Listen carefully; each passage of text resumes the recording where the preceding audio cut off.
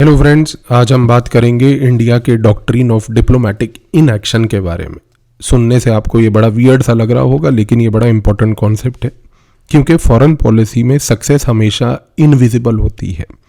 In fact reality ये है कि डिप्लोमेसी में अगर कुछ ड्रामेटिक नहीं होता तो जनरली लोगों का ऐसा मानना होता है कि डिप्लोमेसी शायद फेल हो गई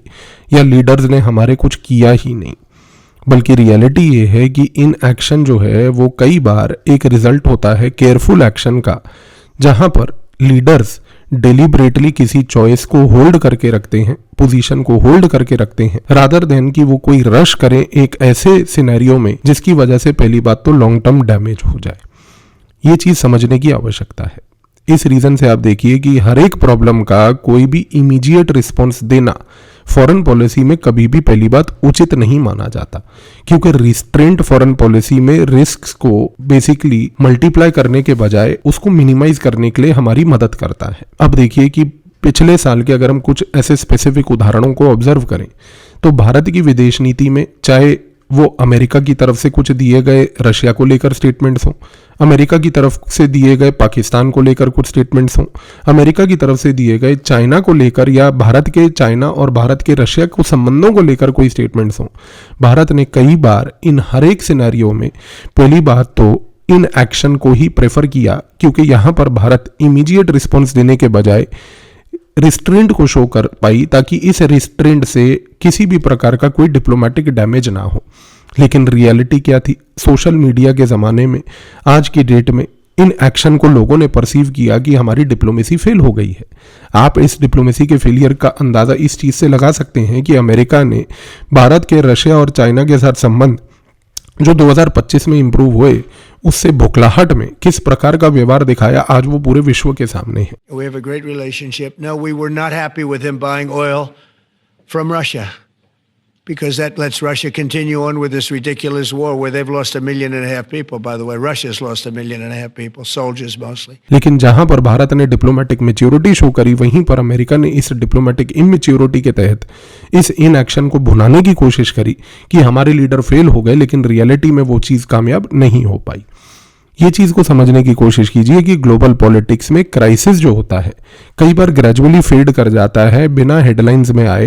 क्योंकि यहाँ पर टेंशन्स को बैकएंड लेवल पर क्वाइटली मैनेज कर लिया जाता है। इस रीजन से आप देखिए कि किसी भी प्रकार के कोई क्राइसिस सिनेरियो में जब आप रिस्ट्रेंट को शो करते हैं तो रिस्ट्रेंट के तहत आप जिस प्रकार का एस्केलेशन पॉसिबल हो पाता है उसको सबसे पहली बात तो मिनिमाइज कर देते हैं।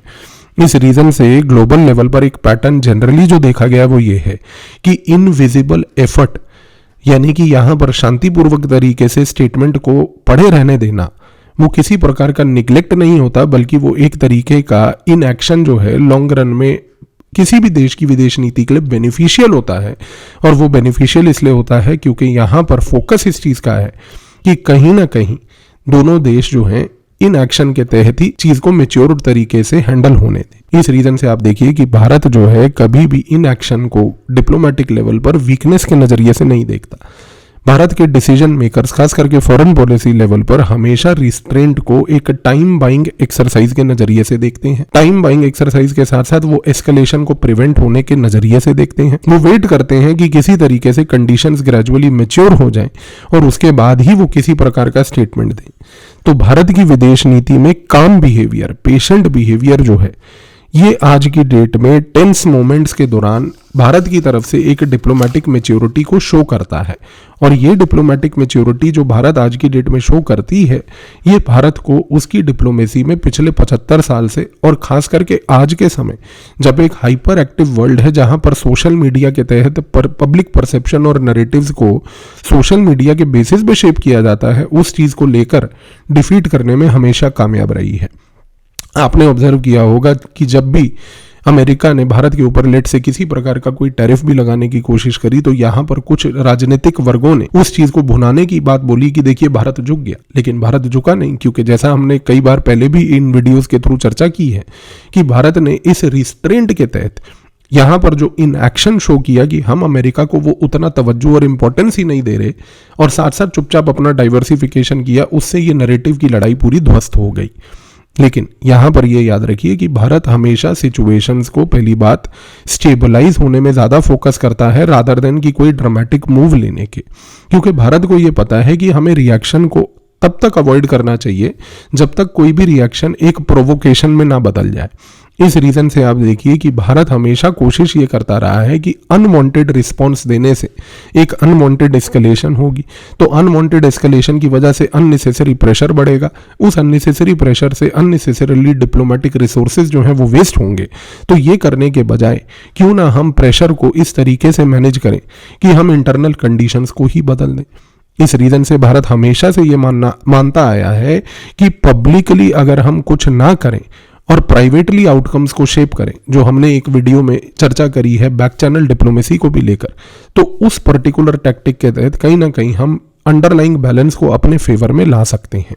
और ये बात इसलिए भी महत्वपूर्ण है क्योंकि एक बड़े प्रसिद्ध स्कॉलर जिनका नाम आइसिया बर्लिन है, आइसिया बर्लिन आज की डेट में ये कहते हैं कि value of negative choice matters. Value of negative choice का कहने का उनका मूल रूप से मकसद ये है कि डिसीजन जब आप लेते हैं कि हम एक एक्शन ही नहीं लेंगे, वो रिलेटिवली बेटर होता है क्योंकि आप उससे कहीं ना कहीं आउटकम्स को वर्सन होने से रोक देते हैं।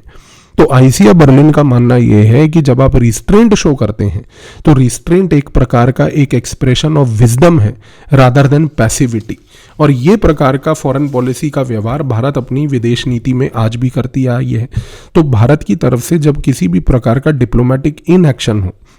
उस डिप्लोमेटिक इनएक्शन को कमजोरी ना समझने के बजाय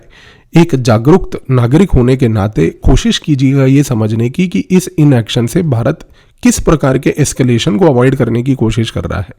ये चीज़ को समझने की कोशिश कीजिएगा कि जो एस्केलेशन भारत अवॉइड कर रहा है, उस एस्केलेशन के साथ साथ बैक चैनल लेवल पर भारत किस प्रकार के रिजॉल्व को डिस्प्ले करने की कोशिश कर रहा है। तो मीडिया में सोशल मीडिया जनरेशन के तहत वहाँ पर अग्रेसिवली इंस्पायर हो जाना, क्रिटिसाइज करने के पहले थोड़ा सा अगर आप इस फॉरेन पॉलिसी की थिंकिंग को अपनाएंगे तो आपकी सोच में भी बदलाव आएगा और आप सोशल मीडिया के विक्टिम भी नहीं बनेंगे, जिसके तहत आप ये इंश्योर कर पाएंगे कि कैसे एक बैलेंस्ड आउटकम यहाँ पर क्रिएट हो पाए। धन्यवाद।